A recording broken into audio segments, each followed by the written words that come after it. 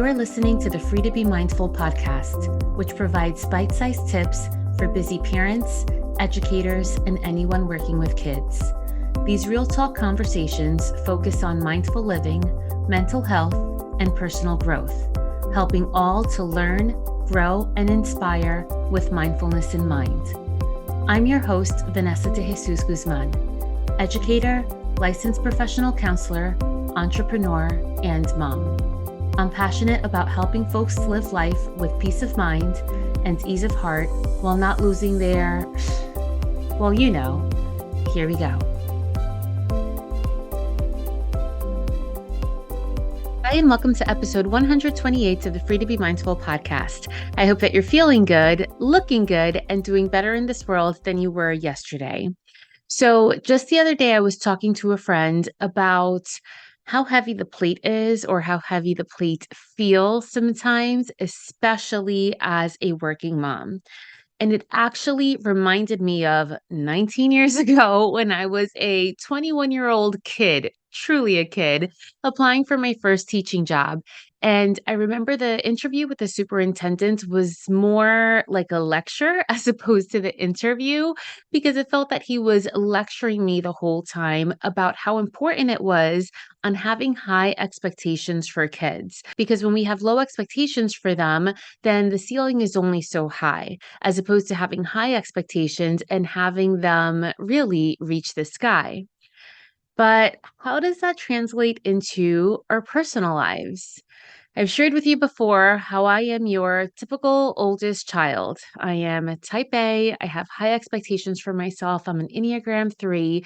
I give 110% into everything that I do.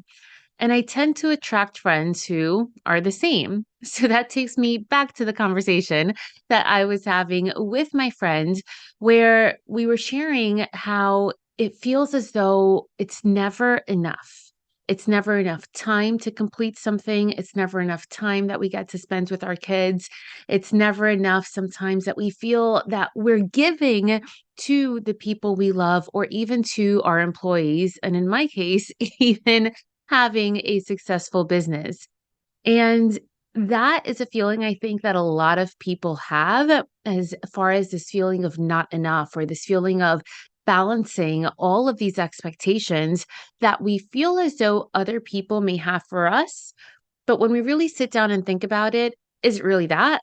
Or is it more so that we have reset these high expectations for ourselves and then are caught up in this juggling act, as opposed to setting up healthy boundaries or having a more healthy mindset? So I really think that we can all relate to this feeling of that there's never enough time of getting everything done, and between work and family and everything else, it's hard to balance everything. And then we shit on ourselves. There's these feelings of like, I should be able to do it all. I should be able to look like this. I should be able to perform like that. And it's hard to manage a successful career and a happy family and a good, healthy work-life balance, and trying to be good with your fitness journey and all of these things that, especially at the start of a new year, that we think this is going to be the year, this is what I'm going to work on. And can we improve in certain areas? Absolutely. But is it truly achievable to have this perfect presence in every single pocket of our lives? Well, that's really hard. And honestly, I'm not too sure if it's even really possible. Over the holiday break, I just finished reading Shonda Rhimes' book, The Year of Yes, which I highly, highly, highly recommend. It's so good. And by the way, when I said that I finished reading it, I mean that I heard the entire book on Audible. That's how I really consume most of my books nowadays. And it's even better, really, when you hear it in her own voice. Well, she shared her 2014 Dartmouth commencement speech, where she was invited back to her alma mater to give a speech. And she talked about how she answers the question, Shonda, how do you do it all? And her answer is, I don't. This is a quote. She says, if I am succeeding in one area, I am inevitably failing in the other. And that is a trade-off. That is the bargain one makes with the devil that comes with being a powerful working woman who is also a powerful mom. You never feel 100% okay. You never get your sea legs, and you're always a little nauseous. She says how if she's giving that speech at that moment in time, that means that she's failing, so to speak, as a mom because she's missing something in her kid's life. And I think that that is a concept that perhaps we can become a little more familiar with. And it doesn't mean that we are signing up to fail at things because really, who signs up for something and says, I'm going to do it and I'm going to suck at it and that's going to be okay?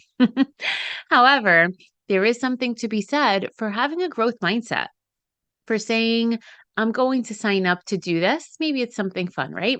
Going to sign up to take this salsa class. And if I'm not great at it, that's okay because I'm just going to have fun with it. Or I'm going to treat this as a workout, or I just want to learn something new. As opposed to having a fixed mindset where we want to be pros and experts in everything. And we know that no one truly is. So that is where the aspect of mindfulness plays a big part. And again, mindfulness is paying attention to the right here and right now with kindness, with curiosity, and without feelings of judgment. And when we are able to focus on one thing at a time, instead of trying to do all the things at one time, then we are able to truly put our all into this one thing and make it the best we can. Now, with that, there is that feeling of not having judgment, not only toward others, but more importantly, not having judgment towards yourself and the aspect of accepting what is.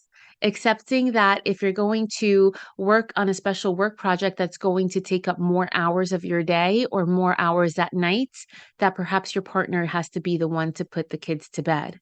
Accepting that if you choose to go to your kids' Halloween Day parade or a special event that they're having at school, that perhaps your employer may be upset with you because you have to take some time out of your day to do that and maybe go back, or maybe you just take the day for you altogether. There is this trade-off, there is this balance, and we don't want to get stuck thinking of, oh, I'm going to do this and I'm going to stink at that, but we want to just accept what is and be okay with that. And having a mindfulness practice truly helps with that aspect. And it helps us with understanding that there will be mistakes. It helps us with not dwelling on one particular aspect of our life or one particular thing that we did. It helps with letting go the feeling of being so harsh on ourselves because it's easy to get caught up in the cycle of, I'm a bad mom, I'm a bad employee, I'm a bad partner, I'm not a good friend.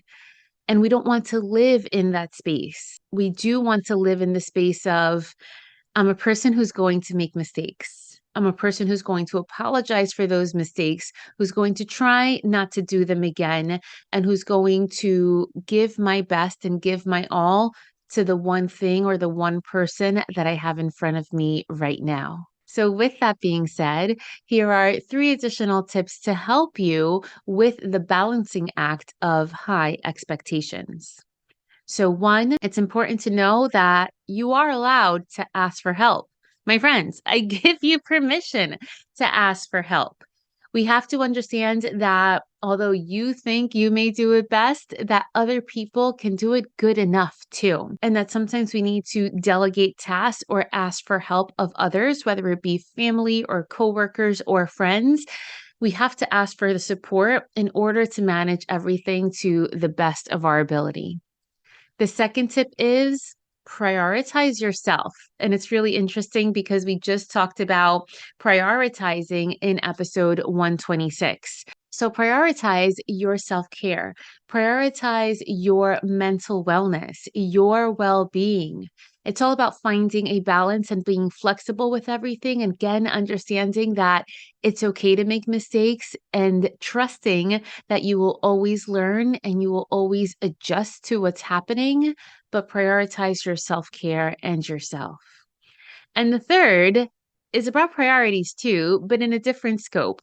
And that means that it's okay to understand that we're going to have different priorities at different parts of our lives and sometimes from day to day. And in addition to this, it's important to understand that all of us are going to have various priorities at different parts in our lives, meaning that we should not judge a teammate if they can't give their all into something because perhaps they may have a hectic home life right now, or perhaps they're dealing with grief, or perhaps they just have the flu and they don't feel well. But it's really tough to hold everybody to the same expectations when we have so much different types of things going on in our lives. So we must make sure to communicate with the ones that we work with and with those we love so that they understand our priorities and that we understand where they're at in life too, so that we can all understand and support each other. And above all, understand that we are humans and it's okay to ask for help. And it's okay and it's important to be kind to ourselves, especially when we're navigating this very, very busy world. And because of all of the things that were mentioned in this podcast episodes, that's exactly why I created the movement Amiga Moms. Amiga Moms empowers 21st century moms through a supportive network and educational events with mindful practices to become moms that live lives with peace of mind and ease of heart. And I'm excited to share with you that Tuesday, January 24th at 8:30 p.m., we are holding our monthly mindful meetup. All of the mindful meetups are virtual. They are held for 1 hour in the evening, hopefully after the kids have gone to bed.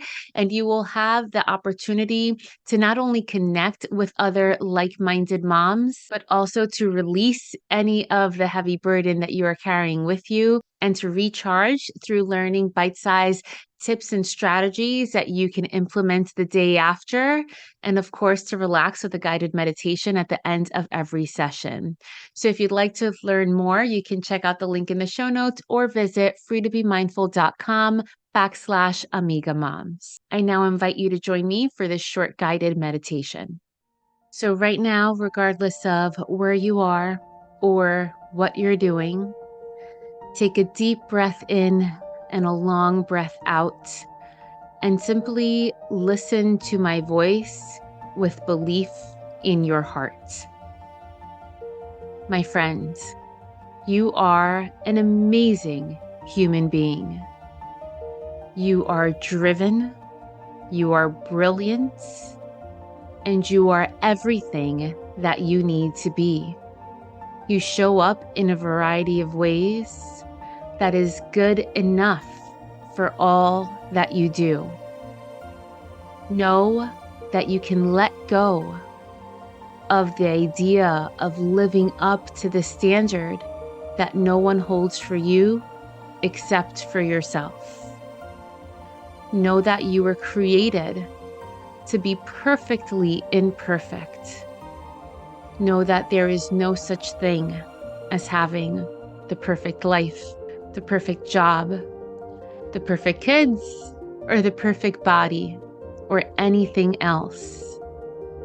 That what you live up to, only you create. You have the power to create the life that you wish. And if that life has messy tables, an unkempt room, a job that takes you a little bit longer to complete, or a partnership that takes more work than you thought, then that is okay. Because you are amazingly awesome, just the way you are. Remember, my friends, that you are and you will always be enough. Have a great week.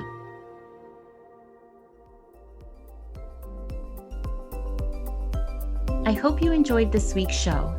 It would mean a ton if you took this moment to review the Free to Be Mindful podcast on the platform you catch your favorite shows. That quick and easy act lets me know what you enjoy, and it helps others find the podcast too. And of course, don't forget to subscribe so you can listen along next week. In the meantime, I welcome you to catch me on social media at Counselor V de Jesus. And as always, remember, in a world where you are free to be anything that you want to be, you are always free to be mindful. Catch you next week.